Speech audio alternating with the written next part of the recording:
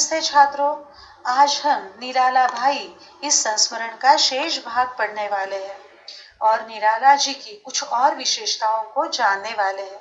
निराला जी के व्यक्तित्व में परस्पर विरोधी बातों का संगम यानी सामंजस्यपूर्ण संधि या मेल हमें नजर आता है। ये सिर्फ शारीरिक बातों में ही नहीं, तो साहित्य में भी और उनके जीवन में भी यह मेल जो परस्पर विरोधी है, ऐसी बातों का मेल नजर आता है। उनका विशाल डील डॉल वाला लंबा चौड़ा शरीर पहली बार देखने वाले के मन में क्षण भर के लिए आतंक या डर पैदा करता है, परंतु उनके चेहरे के मृदु कोमल भाव, आत्मीयता इस डर को क्षण भर के लिए हटा देती है। अर्थात ऊपर से बलवान कठोर लगने वाले निराला जी का अंतर प्रेम स्नेह से भरा हुआ है। निराला जी हमेशा सत्य के मार्ग पर चलते रहे। यह मार्ग सरल सीधा होता है और वहां सब स्पष्ट नजर आता है। तर्क या संदेह की सहायता वहां नहीं लेनी पड़ती। ऐसे सत्य के मार्ग पर चलने वाले लोग महादेवी जी को बच्चों के समान नजर आते हैं, जिन पर सहज विश्वास किया जा सकता है। बच्चों की तरह निराला भी कोई छल कपट नहीं जानते थे। अन्याय या गलत बात देखकर निराला क्रोधित हो उठते थे। वे अपनी लेखनी से ऐसा कुछ लिखकर उस अन्याय पर कड़ा प्रहार कर सकते थे और कभी हाथ उठाकर अन्यायी व्यक्ति का सामना कर सकते थे, परंतु उनकी आंखों में कभी द्वेष की भावना नजर नहीं आती थी। उनकी स्वच्छ आंखें उनके निर्मल हृदय का प्रतिबिंब थी। दृढ़ निश्चय से उन्होंने अपने होठ भले ही कसकर बंद किए हो, परंतु उन बंद होठों पर क्रूरता घृणा की सिकुड़न कभी भी नजर नहीं आई। निराला का स्वच्छ निर्मल मन यहाँ हम देखते हैं। लेखिका यहाँ क्रूरता और कायरता का संबंध स्पष्ट करती है। हमें लगता है कि क्रूर व्यक्ति जो दूसरों को मारता है वह शूर है, पराक्रमी है, परंतु लेखिका कहती है कि क्रूर व्यक्ति सबसे ज्यादा डरपोक या कायर होता है, क्योंकि क्रूरता और कायरता का अव्यक्त संबंध है। वे हमें पेड़ का उदाहरण देकर यह बात समझाती है। जमीन में पेड़ की जड़ें बहुत दूर दूर तक पहुंचती है और जमीन से पानी रस खींचकर उस पेड़ का पोषण करती है। हमें वह रस नजर नहीं आता, वह रस उस पेड़ के फल के स्वाद में व्यक्त होता है। वैसे ही क्रूर व्यक्ति अंदर ही अंदर से डरपोक होता है। उसकी कायरता ही उसकी क्रूरता की वृत्ति का पोषण करती है। वो जितना कायर है, डरपोक है, उतना अधिक क्रूर बनेगा। हमें यह कायरता की वृत्ति की उसकी क्रूर कृतियों में नजर आती है। शूर व्यक्ति किसी से नहीं डरता है और इसलिए वह किसी की बेवजह हिंसा भी नहीं करता। निराला किसी से भी नहीं डरते थे और इसलिए किसी के प्रति क्रूर भी नहीं थे। अन्याय के खिलाफ जो विचार कभी उन्होंने तीखे शब्दों में व्यक्त किए, उनके पीछे संपूर्ण मानव जाति के प्रति सद्भावना के बादल भरे हुए थे। निराला जी बहुत दूर की सोचते थे, इसलिए उन्हें क्रांतदर्शी कहा गया है और आचरण से वे क्रांतिकारी थे। समाज में परिवर्तन लाना चाहते थे। लेखिका उनके व्यक्तित्व को तूफान या झंझा की उपमा देती है। तूफान में छोटी बड़ी हल्की भारी वस्तुओं को उड़ाकर ले जाने की क्षमता होती है। वो सब कुछ साफ कर जाता है, सब कुछ बदल सकता है। निराला जी के विचारों में इतनी ताकत थी कि समाज की बुराइयों को वह नष्ट कर सकती थी। महादेवी जी कहते हैं उनका व्यक्तित्व हवा के उस मंद झोंके के मतलब समीर के समान नहीं था, जो अगर बहाकर ले जाने के लिए सुगंध नहीं मिली तो दुर्गंध को फैलाता हुआ आगे बढ़ता है। निराला जी किसी भी वस्तु के प्रति मोह नहीं रखते थे। परिवर्तन की प्रक्रिया में अगर अच्छी बुरी बातें टूट जाए तो उन्हें यह बात स्वीकार थी। वे द्वेष भावना से किसी का भी विरोध नहीं करते थे, तो अयोग्य बात पर कड़ा प्रहार करते थे। वे जो संकल्प करते थे उसे पूर्ण करने के लिए वह कार्य करते थे। संकल्प को या अपने निश्चय को पूर्ण करना, यही उनके कार्य का एकमात्र उद्देश्य था और कोई भी बातें उनसे जुड़ी हुई नहीं थी कि इतना बड़ा महान कार्य मैं प्रतिष्ठा प्राप्त करने के लिए कह रहा हूँ, नाम या शोहरत प्राप्त करने के लिए कर रहा हूँ। यह बात बिल्कुल नहीं थी। इसलिए लेखिका का मानना है कि निराला जी को ठीक से समझने के लिए हमारे पास बौद्धिकता और संवेदनशीलता दोनों का होना जरूरी है। बुद्धि और संवेदना का योग्य प्रमाण मतलब ही संतुलन बहुत कम लोगों के पास होता है। इसलिए निराला जी को समझ सके ऐसे लोग बहुत कम है, जिसे बिरले कह सकते हैं। निराला जी की जी भरकर प्रशंसा करने वाले और उनकी कठोर निंदा करने वाले दोनों प्रकार के लोग इस संसार में हैं। कोई उन्हें विनम्र उदार मानता है, तो कोई उद्धत और उद्दंड। जिन्हें कभी निराला जी द्वारा अपमान सहना पड़ा हो, चोट पहुंची हो, वे उस चोट के पीछे जो निराला जी की तत्व या मूल्यों पर श्रद्धा थी उसे समझ नहीं पाए और उनके विद्रोह को, क्रांति को असफल बनाने के लिए उनके उजले चरित्र पर निंदा की काली तुलिका माने ब्रश से रंग फेर कर उनका प्रतिशोध माने बदला लेने लगे। निराला जी के संदर्भ में ऐसे लोगों ने कई झूठ कहानियां या मनगढ़ंत बातें फैला कर रखी है। महादेवी जी इतिहास के उदाहरणों द्वारा बताती है कि हर युग में समाज ने श्रेष्ठ महान व्यक्ति को नष्ट करने की कोशिश की है। इस मानव समाज की क्रूरता का इतिहास बहुत बड़ा है। ईसा मसीह को सूली पर चढ़ाया गया है, तो कोपरनिकस को, जिसने सूर्य स्थिर है और पृथ्वी गोल है, वह सूरज के चक्कर काटती है, यह संशोधन करके अपना निष्कर्ष जब स्थापित किया, तब धर्मगुरुओं ने उनका विरोध किया और उन्हें जहर देकर मार दिया गया। कभी ऐसे व्यक्तियों की महानता समाज समझ नहीं पाता। कभी उन्हें काट कर मारता है तो कभी उन्हें गोली से उड़ा देता है। मानव समाज ने गौरवशाली इतिहास में अपनी मूर्ख हरकतों से बर्बरता के कई पन्ने जोड़े हैं। सच्चाई यह है बच्चों, निराला जैसे महान लोग बार बार जन्म नहीं लेते। प्रकृति के, जीव सृष्टि के कितने सारे प्रयोग असफल होते हैं, तब जाकर निराला जैसे महान लोग निर्माण होते हैं। ऐसे महान लोग अपने सृष्टा से मतलब ही अपने निर्माण करने वालों से श्रेष्ठ होते हैं। मगर ऐसे लोग भी इस समाज में होते हैं जो ऐसे महान लोगों का विरोध करते हैं, प्रकृति के ऐसे अद्भुत सृजन को नष्ट करना चाहते हैं। कारण सिर्फ एक ही है, इतने बड़े महान व्यक्ति को समझने की क्षमता उनमें नहीं होती, अथवा उस व्यक्ति द्वारा प्रस्थापित सत्य इन लोगों के झूठ से मेल नहीं खाता, इसलिए वे उन्हें मिटा देना चाहते हैं। महादेवी जी निराला को अपने युग की विशिष्ट प्रतिभा मानती है। ऐसे प्रतिभाशाली व्यक्ति को अगर समकालीन लोगों से विरोध सहना पड़ा तो इसमें कोई आश्चर्य नहीं लगता।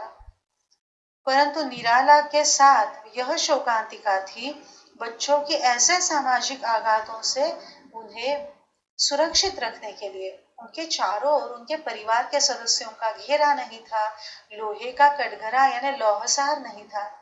परिवार के लोग हमें कई बार हमारे दोषों पर डांटते हैं, चोट करते हैं, परंतु अगर बाहर से हम पर कोई चोट करे तो वह ढाल बनकर हमारी रक्षा करते हैं, हमें अकेला नहीं छोड़ते। निराला जी के साथ उनके परिवार के सदस्य नहीं थे। निराला जी की माँ उनके 3 साल की उम्र में ही गुजर गई थी। पिताजी भी बहुत जल्दी चले गए थे। बहन भाई की मृत्यु हुई थी। उनकी पत्नी भी इन्फ्लुएंजा की महामारी में गुजर गई थी। उनकी एकमात्र पुत्री सरोज की 18 साल की उम्र में ही किसी बीमारी से मृत्यु हो गई। उसे वे आर्थिक अभाव के कारण बचा नहीं पाए और विवश होकर उसकी मृत्यु देखते रहे। उनका बेटा, जिसे वह आर्थिक अभाव के कारण उच्च शिक्षा नहीं दे पाए, हमेशा उनसे नाराज रहा और उनकी उपेक्षा करता रहा। निराला जी ने परिस्थितियां कितनी भी कठिन क्यों न हो, उनके सामने हार नहीं मानी। हम जैसे सामान्य लोग जब हम परिस्थितियों के सामने झुक जाते हैं तो उसे समझौता कहते हैं। निराला जी ने ऐसा समझौता कभी नहीं किया। अपने आप को बचाने की कोशिश को भी वे कायरता मानते हैं। वे राजनीतिक चतुराई को नहीं जानते थे, वे सिर्फ साहित्य के प्रति एकनिष्ठ थे। सफल होने के लिए, ख्याति प्राप्त करने के लिए जो छल कपट करता है उसे साहित्य में सफल या ध्येय तक पहुंचने वाला नहीं माना जाता। मार्ग में कितनी भी बाधाएं क्यों ना आए, उन्हें चुनौती मानकर संघर्ष करता हुआ जो आगे बढ़ता है वह है युग सृष्टा, साहित्यकार। निराला जी ऐसे युग सृष्टा मतलब ही युग का निर्माण करने वाले विद्रोही साहित्यकार थे। जीवन भर उन्हें ऐसे कटु अनुभवों का दंश होता रहा, मतलब ही ऐसे कटु अनुभव भोगने पड़े जिन्हें सहकर कोई साधारण आदमी की आत्मा ही मूर्छित हो जाती। उसका सारा जीवन विषाक्त माने जहरीला हो जाता। परंतु निराला भगवान शंकर के समान है, जिन्होंने इस तीव्र हलाहल को पीकर मानवता का अमृत संसार को दिया है। जो संघर्ष निराला जी ने किया, जो आघात उन पर हुए, ये उनकी हार नहीं है, तो उनकी शक्ति को सिद्ध करने वाले ये प्रमाण पत्र है कि निराला जैसा व्यक्ति ऐसी चुनौतियां स्वीकार करता है। आप जानते होंगे, सोने की परीक्षा के लिए उसे जलाया जाता है, उस पर हथौड़े से प्रहार किए जाते हैं, परंतु इससे सोना और निखरता है, उसकी चमक और बढ़ती है। निराला का व्यक्तित्व भी इस संघर्ष से और अधिक निखर उठा था।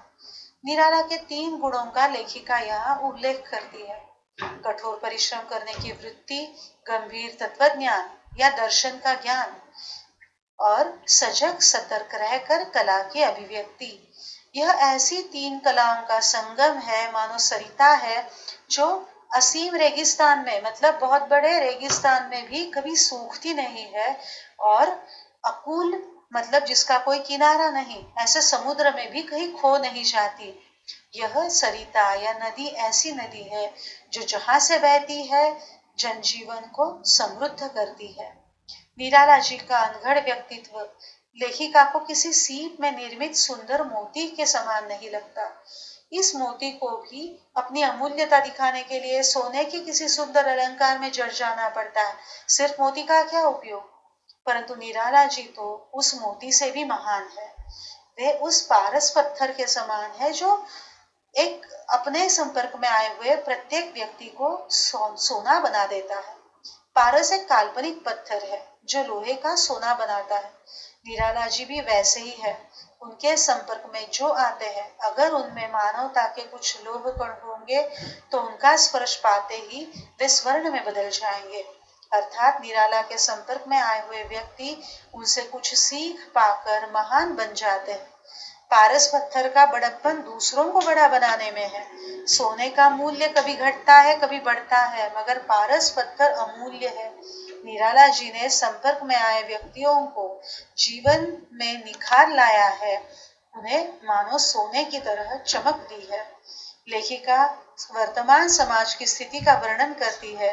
वे कहती है कि आज हम समाज में दंभ माने अहंकार, स्पर्धा, अज्ञान और भ्रांति माने संदेह, अविश्वास के कोहरे में चल रहे हैं।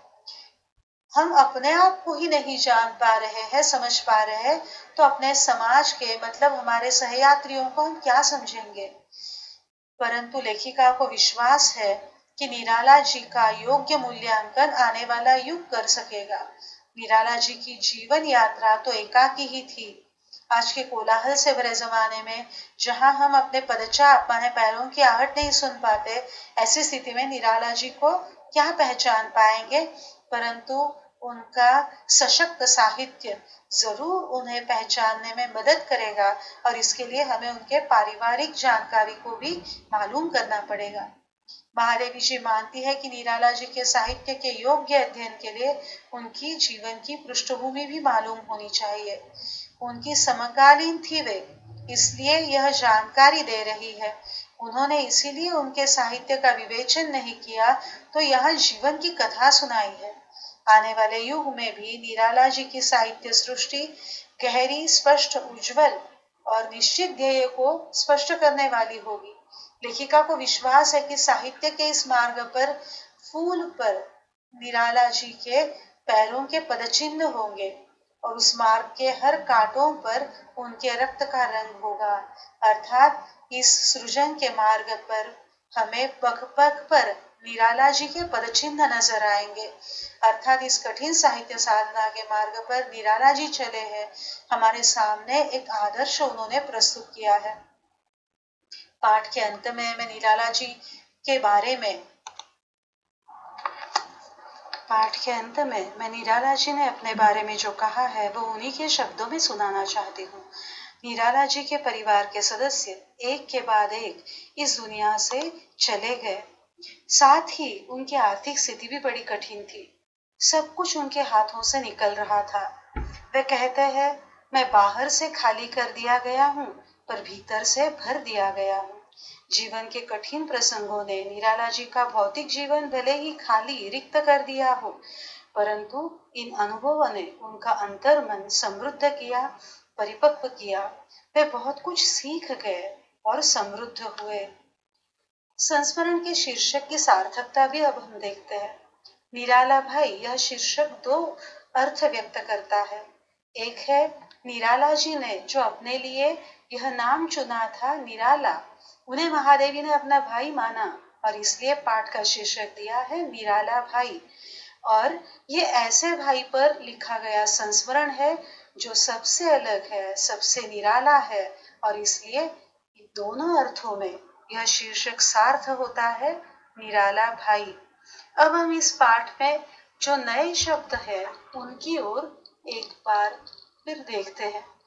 भंगिमा मतलब भाव, सिकुड़न, शिखन, विद्युत रेखा, बिजली की रेखा, क्रांतदर्शी, दूर की सोचने वाले, उद्धत, अविनीत, उग्र, झंझा मतलब तूफान, तुली चित्रकार की कुची, भ्रांत मतलब भ्रमित, असमंजस, किंवदंतियां परंपराओं से चलती आई हुई कहानियां, उपरांत मतलब बाद में, कुहेलिका कोहरा, सृजन माने निर्मिति, सृष्टा निर्माता, लौहसार लोहे का कटघरा, कोपल नए कोमल पत्ते, निश्चल निष्कपट सरल, युग सृष्टा युग की निर्मिति करने वाला, विषाक्त मतलब जहरीला, अछोर असीम, अकुल जिसका कोई किनारा नहीं है, महार्घ बहुमूल्य, शिलाखंड मतलब पत्थर, पैरों की चाप मतलब पैरों की आहट, लक्ष्यनिष्ठ मतलब ध्येयनिष्ठ, संस्कृति संसार यह सृष्टि, शूल मतलब कांटा। मुझे विश्वास है आप इस पाठ को समझ गए होंगे। अब हम स्वाध्याय की ओर बढ़ रहे हैं। स्वाध्याय में पहले आपको आकलन कृति पूछी गई है, जिसमें प्रश्न है लेखिका के पास रखे गए 300 रुपए इस प्रकार समाप्त हो गए। आपको 4 उत्तर देने हैं जो आपके पैराग्राफ में है। किसी छात्र के परीक्षा शुल्क के लिए 50 रुपए दिए। दूसरा लिखोगे आप साहित्यिक मित्र को 60 रुपए दिए। तीसरा लिखोगे उत्तर लखनऊ के तांगे वाले की माँ को 40 रुपए का मनी ऑर्डर भेजा। और चौथे स्थान पर लिखोगे किसी दिवंगत मित्र की भतीजी की शादी के लिए 100 रुपए दे दिए। देखिए अब में आपको पूछा गया है अतिथि की सेवा हेतु निराला जी ये चीजें ले आए। चारों जगहों पर आपको उत्तर लिखने हैं घड़ा, गंगाजल, धोती और चादर। शब्द संपदा में आपके लिए समानार्थी शब्द आपको लिखने हैं। प्रहरी मतलब पहरेदार, अतिथि मेहमान, प्रयास प्रयत्न कोशिश, स्मृति मतलब याद। अभिव्यक्ति पर आपको 2 विचार दिए गए हैं जिसमें आपको अपनी राय देनी है। पहला विचार है भाई बहन का रिश्ता अनूठा होता है। इस विषय पर अपना मत लिखिए। भाई और बहन का नाता प्यार या अपनत्व से भरा होता है, जहाँ एक दूसरे के साथ शरारतें होती है, हंसी मजाक चलता है, तो कभी झगड़े भी होते हैं, सुख दुख की बातें होती है। इसलिए यह रिश्ता अनोखा है। ये एक दूसरे के लिए किसी भी प्रकार का त्याग कर सकते हैं, कठिन स्थिति में एक दूसरे की सहायता करते हैं, और इस प्रकार ये रिश्ता बड़ा अनूठा है। आपको और उदाहरण देकर इस बात को स्पष्ट करना है। सभी का आदर पात्र बनने के लिए व्यक्ति का सहृदय और संस्कारशील होना आवश्यक है। इस कथन पर अपने विचार लिखिए। समाज में हमें अगर आदर का स्थान प्राप्त करना है तो अपने चरित्र को अच्छा रखना होगा। हम अगर सबसे प्रेम सहानुभूति से व्यवहार करेंगे तो लोग हमें आदर देंगे। सच्चाई, ईमानदारी, कर्तव्य परायणता जैसे अच्छे संस्कार हम में नजर आए तो लोग हमें मान सम्मान देंगे। वास्तव में हमारे चारित्रिक गुणों की पूजा होती है। हमारे पास कितना धन वैभव है उसकी नहीं, और इसलिए समाज में आदर का स्थान प्राप्त करने के लिए चारित्रिक विकास बहुत महत्वपूर्ण है। आगे आपको पूछा गया है लघुत्तरी प्रश्न। देखिए, निराला जी की चारित्रिक विशेषताएं आपको लिखनी है। पाठ में बहुत सारी विशेषताओं की चर्चा हुई है।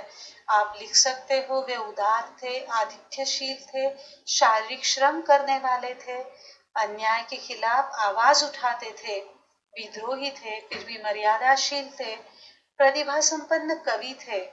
संस्मरण से कई सारी विशेषताएं आपको ढूंढनी है और आगे लिखनी है। आगे आपको निराला जी के आतिथ्य भाव को स्पष्ट करने के लिए कहा है। आप मैथिली शरण गुप्त जी के आतिथ्य के प्रसंग का वर्णन यहाँ पर कर सकते हो। भारतीय संस्कृति में अतिथि को ईश्वर मानने की परंपरा है। निराला जी उसे आगे ले जाते हैं। ग्रामीण किसान की तरह बड़े खुशी से वे आए हुए अतिथि का स्वागत करते हैं। घर में सभी बातों का अभाव होने पर भी प्यार से अतिथि का स्वागत करने वाले निराला का वर्णन आपको यहाँ पर करना है। आगे आपको साहित्य संबंधी सामान्य ज्ञान पर प्रश्न पूछा गया है। निराला जी का मूल नाम लिखना है, अर्थात सूर्यकांत त्रिपाठी। और आ में आपको पूछा गया है हिंदी के कुछ आलोचकों द्वारा महादेवी वर्मा को दी गई उपाधि, अर्थात आधुनिक मीरा। यह आपको उत्तर लिखना है। मेरे मतानुसार आप इस पाठ को अच्छी तरह समझ गए होंगे। हमने स्वाध्याय भी पूरा किया है। अब यहाँ विराम लेते हैं। धन्यवाद।